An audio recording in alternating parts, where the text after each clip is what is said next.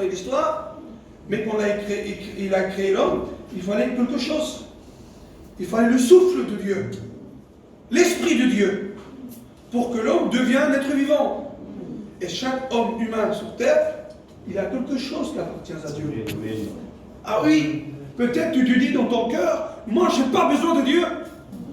Moi je vis bien, j'ai tout ce qu'il faut. Moi je n'ai pas besoin de Dieu. Mais le souffle que tu as dans ton cœur, le souffle que tu as en toi, que tu te lèves le matin et tu prends le souffle, ça vient de Dieu. C'est le Seigneur qui donne ça, alléluia. Parce que c'est le Seigneur qui a voulu qu'on soit comme ça. Le souffle qu'on souffle, la vie que nous avons, ça dépend de Dieu. C'est lui le propriétaire de notre vie. Amen. Donc Adam était là, il n'y a pas de vie, juste une création. Il fallait que Dieu souffle, que Adam devienne un être vivant. Et Adam adorait Dieu. Adam, c'est un ami avec Dieu. Un copain, en communion avec Dieu.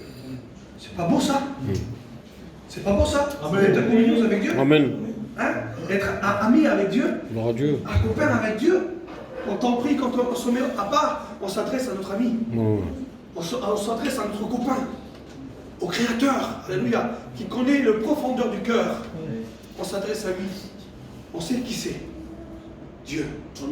La sœur a témoigné tout à l'heure, il a rentré dans la réunion, il a suivi les réunions. Il a resté en communion avec Dieu. En communion avec Dieu. Après, il a demandé quelque chose à Dieu. Le Seigneur l'a donné. Parce qu'il a resté dans la communion avec Dieu. Tant qu'on reste dans la communion avec Dieu, Dieu nous donne des choses. Tant qu'on reste copains avec Dieu, Dieu est copain avec nous. Le beauté, le meilleur ami, c'est Dieu. Amen. C'est Jésus. Amen. Et là, on voit dans l'histoire, on voit que Adam et Ève, ils ont désobéi à Dieu. Écoutez bien, ils ont désobéi à la parole de Dieu. À combien de fois le Seigneur nous donne des ordres, Adam?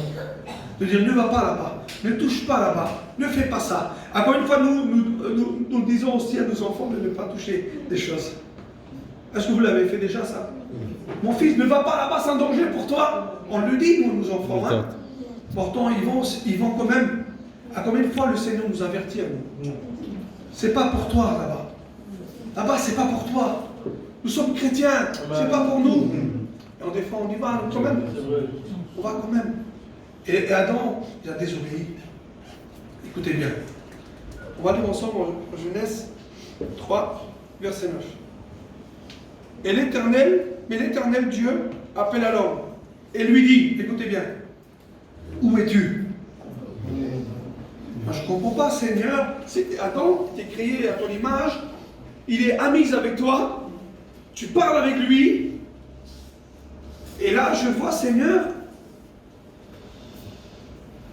où es-tu, Adam? Il semblerait que là, le Seigneur le cherche là. Il ne voit pas là, pour moi. C'est vrai que Dieu voit toutes choses. Mais là, où es-tu, Adam? À rapport au péché, à rapport aux désobéissances d'Adam, Adam se cache. Il a peur, il a honte. Et à combien de fois, nous, qu'on se éloigne de Dieu, qu'on fait des choses qui ne plaisent pas à Dieu, nous avons honte. Nous avons peur. Et la peur s'installe et la honte s'installe. Viens à la réunion.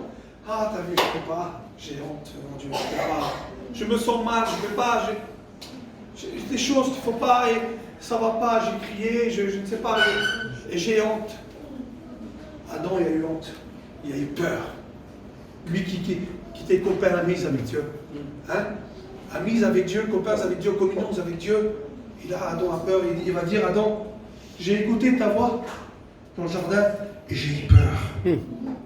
Et on voit la première peur de toute l'histoire de la Bible.